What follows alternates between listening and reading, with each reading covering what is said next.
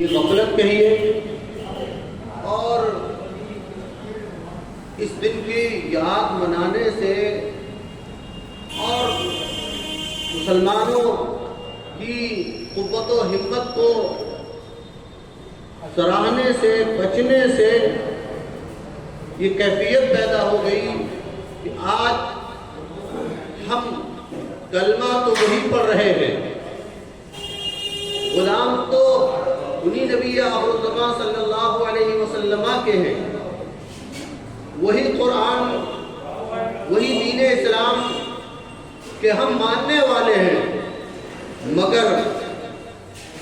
ہم صرف نام لینے کی حد تک رہ گئے ہیں، نام رکھنے کی حد تک رہ گئے ہیں۔ کاش ذرا جھلک جہاں بھی مسلمانوں کے اندر اس طرح کی پیدا ہو جائے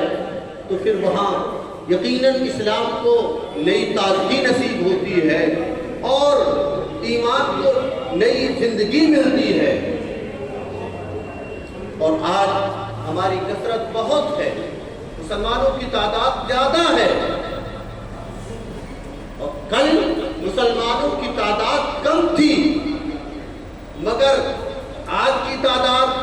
اور وہ تعداد کی قلت دونوں میں فرق یہ ہے، ہزاروں کے لیے بس 313 ہی کافی ہیں، اگر جذبہ نہ ہو دل میں تو لشکر ہار جاتے ہیں۔ تو کل مسلمانوں کے پاس جذبہ تھا، آپس میں بھائی کی دوسرے بھائی کے لیے محبت تھی، قرآن کے لیے اور عظمت قرآن کے لیے مر مٹنے کا جذبہ تھا، اور ان کی کیفیت یہ تھی، آقا نے فرمایا المسلم اخو المسلم، مسلمان کا بھائی ہے۔ تو وہ جس کو آقا نے بھائی بنا دیا تھا تو وہ ایسے بھائی بنے تھے کہ کہیں بھی کسی بھی مسلمان کو کوئی تکلیف، کوئی ظلم و زیادتی کا کوئی تکلیف پہنچتی تھی، کوئی مسلمان کہیں ظلم اور زیادتیوں کا شکار ہوتا تھا تو دوسرا مسلمان بھی بے قرار ہوتا تھا۔ ارتقائے مبتلائے جسم کوئی مبتلائے درد کوئی عضو ہو روتی ہے آنکھ، اس قدر ہمدرد سارے جسم کی ہوتی ہے آنکھ۔ تو پھر مسلمان کہیں کا رہنے والا ہو، کسی جگہ کا وہ رہنے والا ہو اور کسی بھی خطے سے برادری سے اس کا تعلق ہو، اگر وہ مسلمان ہے تو اس کی تکلیف پر دوسرا مسلمان بے چین ہو جاتا تھا اور مچل پڑتا تھا۔ اور آج یہ ہے ہمیں کیا اور تمہیں کیا، یہ تو جملے ایسے آ گئے ہیں کہ اگر آج کسی کے ساتھ زیادتی ہو رہی ہے، ستایا جا رہا ہے، پریشان کیا جا رہا ہے، تو پھر ہمارے پاس یہی ہوگا کہ ہمیں کیا اور تمہیں کیا۔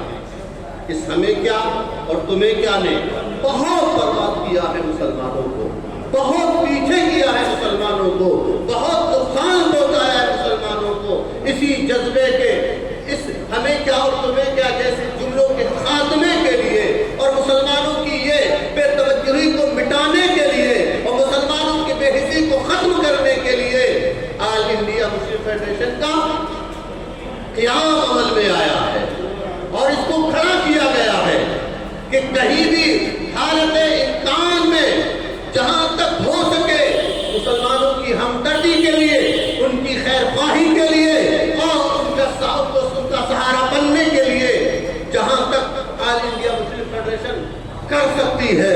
وہاں تک کرتی ہے، بلکہ اس سے بھی آگے بڑھ کر کام کرنے کی کوششیں کرتی ہے۔ آپ ذرا دعا فرمائیں کہ اللہ تعالیٰ اس کو بلندیاں عطا فرمائے، اس کو قوتیں عطا فرمائے، اور اس کے جو مقاصد ہیں ان میں